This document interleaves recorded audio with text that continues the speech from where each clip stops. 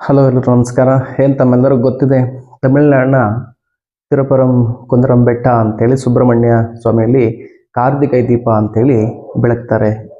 ಅದು ಡಿಸೆಂಬರ್ 1ನೇ ತಾರೀಕು ಏನು ಮಾಡ್ತಾರೆ ಅಂತ ಹೇಳಿದ್ರೆ, ಒಂದು ಮಧುರೈನ ಪೀಠದಲ್ಲಿ ಒಂದು ಆದೇಶ ಆಗುತ್ತೆ. ಏಕಸದಸ್ಯ ಪೀಠ ಏನು ಸ್ವಾಮಿನಾಥನ್ ಅವರ ಒಂದು ಪೀಠದಲ್ಲಿ ಅಲ್ಲಿ ದೀಪವನ್ನು ಬೆಳಗಬೇಕು, ಸಾಂಪ್ರದಾಯಿಕವಾಗಿ ನಡ್ಕೊಂಡು ಬಂದಿರತಕ್ಕಂಥ ಸಂಪ್ರದಾಯಗಳನ್ನು ಮುರಿಬಾರ್ದು ಅಂತೇಳಿ.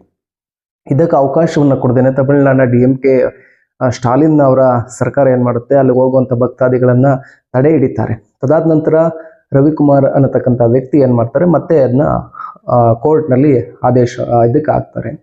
ಈ ಥರ ನಮಗೆ ಒಂದು ಸಾಂಪ್ರದಾಯಿಕವಾಗಿ ಹಿನ್ನಡೆಯಾಗಿದೆ ಅಂತೇಳಿ.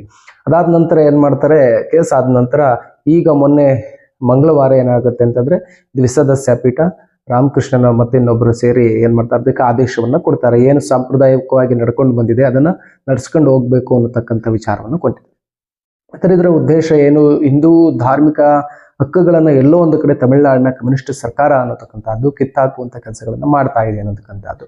ಇದರ ಹಿಂದೆ ಹೋಗೋದಾದರೆ, ಹೀಗೆ ಹಿಂದೆನೂ ಕೂಡ ಆಗಿತ್ತು. 1994ರಲ್ಲಿ ಕೂಡ ಇದು ಕೋರ್ಟ್ಗೆ ಅಪೀಲ್ ಆಗ್ತಂಥ ಸಂದರ್ಭದಲ್ಲಿ ಕೋರ್ಟು 1996ರಲ್ಲಿ ಆದೇಶವನ್ನು ಕೊಡುತ್ತೆ. ಏನು ನೀವು ಸಾಂಪ್ರದಾಯಿಕವಾಗಿ ನಡ್ಕೊಂಡು ಬಂದಿದೆ, ಆ ಒಂದು ಕಾರ್ತಿಕೈ ದೀಪವನ್ನು ಹಚ್ಚಿ ಸಂಪ್ರದಾಯಬದ್ಧವಾಗಿ ಮಾಡಬೇಕು ಅನ್ನತಕ್ಕಂಥ ಆದೇಶವನ್ನು ಕೊಟ್ಟಿರ್ತಾರೆ.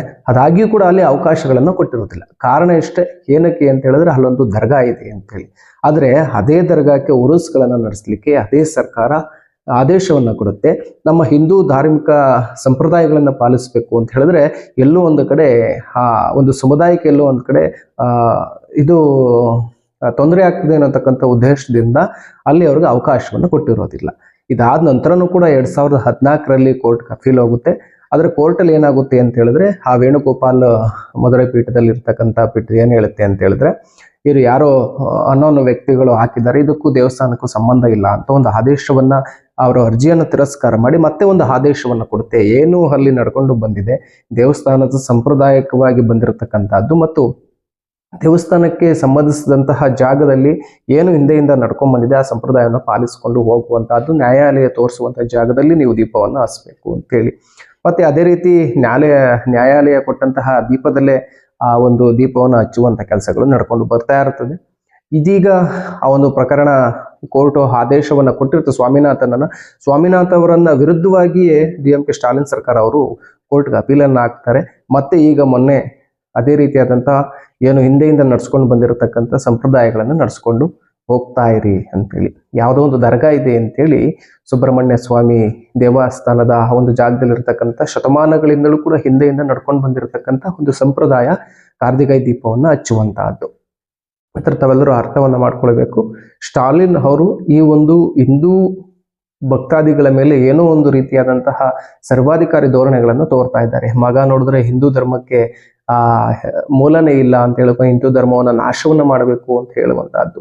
ಅಂತಂದ್ರೆ ತಮಿಳುನಾಡಿನ ಜನತೆ ತಾವೆಲ್ಲರೂ ಕೂಡ ತಿಳ್ಕೊಳ್ಬೇಕು. ಇವತ್ತು ಏನಾದರೂ ಆಗಿರಲಿ, ಯಾವುದೋ ಒಂದು ಸಮುದಾಯವನ್ನು ಓಲೈಸಲಿಕ್ಕೆ, ಯಾವುದೋ ಒಂದು ಸಮುದಾಯದ ವೋಟ್ ಬ್ಯಾಂಕ್ಗಳನ್ನು ಪಡ್ಕೊಳ್ಳಿಕ್ಕೆ ಹಿಂದೂ ಧರ್ಮವನ್ನು ತೆಗಳುವಂತಹದ್ದು ಸಂಪ್ರದಾಯವಾಗಿ ಬಿಟ್ಟಿರತಕ್ಕಂತಹದ್ದು.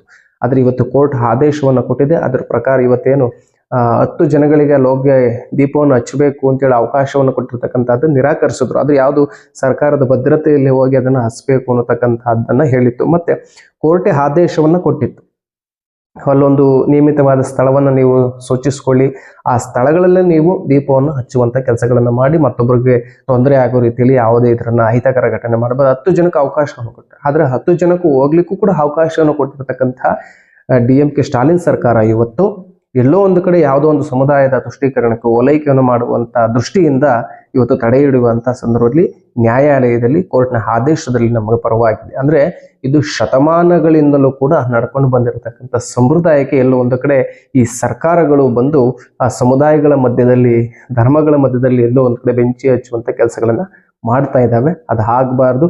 ಕೋರ್ಟ್ನ ಆದೇಶದಂತೆ ಅಲ್ಲಿ ಸಾಂಪ್ರದಾಯಿಕವಾಗಿ ನಡಿಬೇಕಾಗಿರತಕ್ಕಂಥ ಕಾರ್ತಿಕೈ ದೀಪ ನಡಿಬೇಕು ಅನ್ನತಕ್ಕಂಥದ್ದು ಆದೇಶವಾಗೇ ಬೇಕು.